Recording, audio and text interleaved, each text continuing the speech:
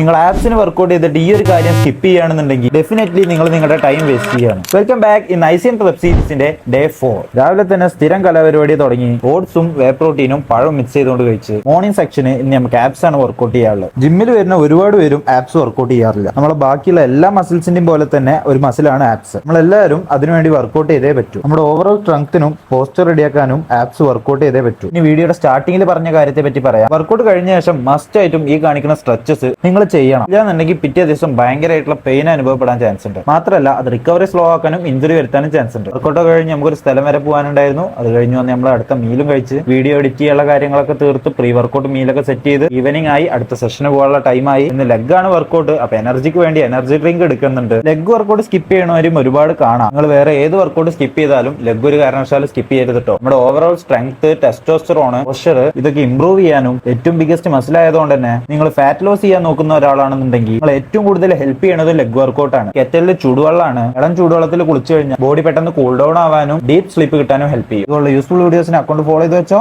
നല്ലൊരു വീഡിയോ ആയിട്ട് നാളെ കാണാം. ബൈ.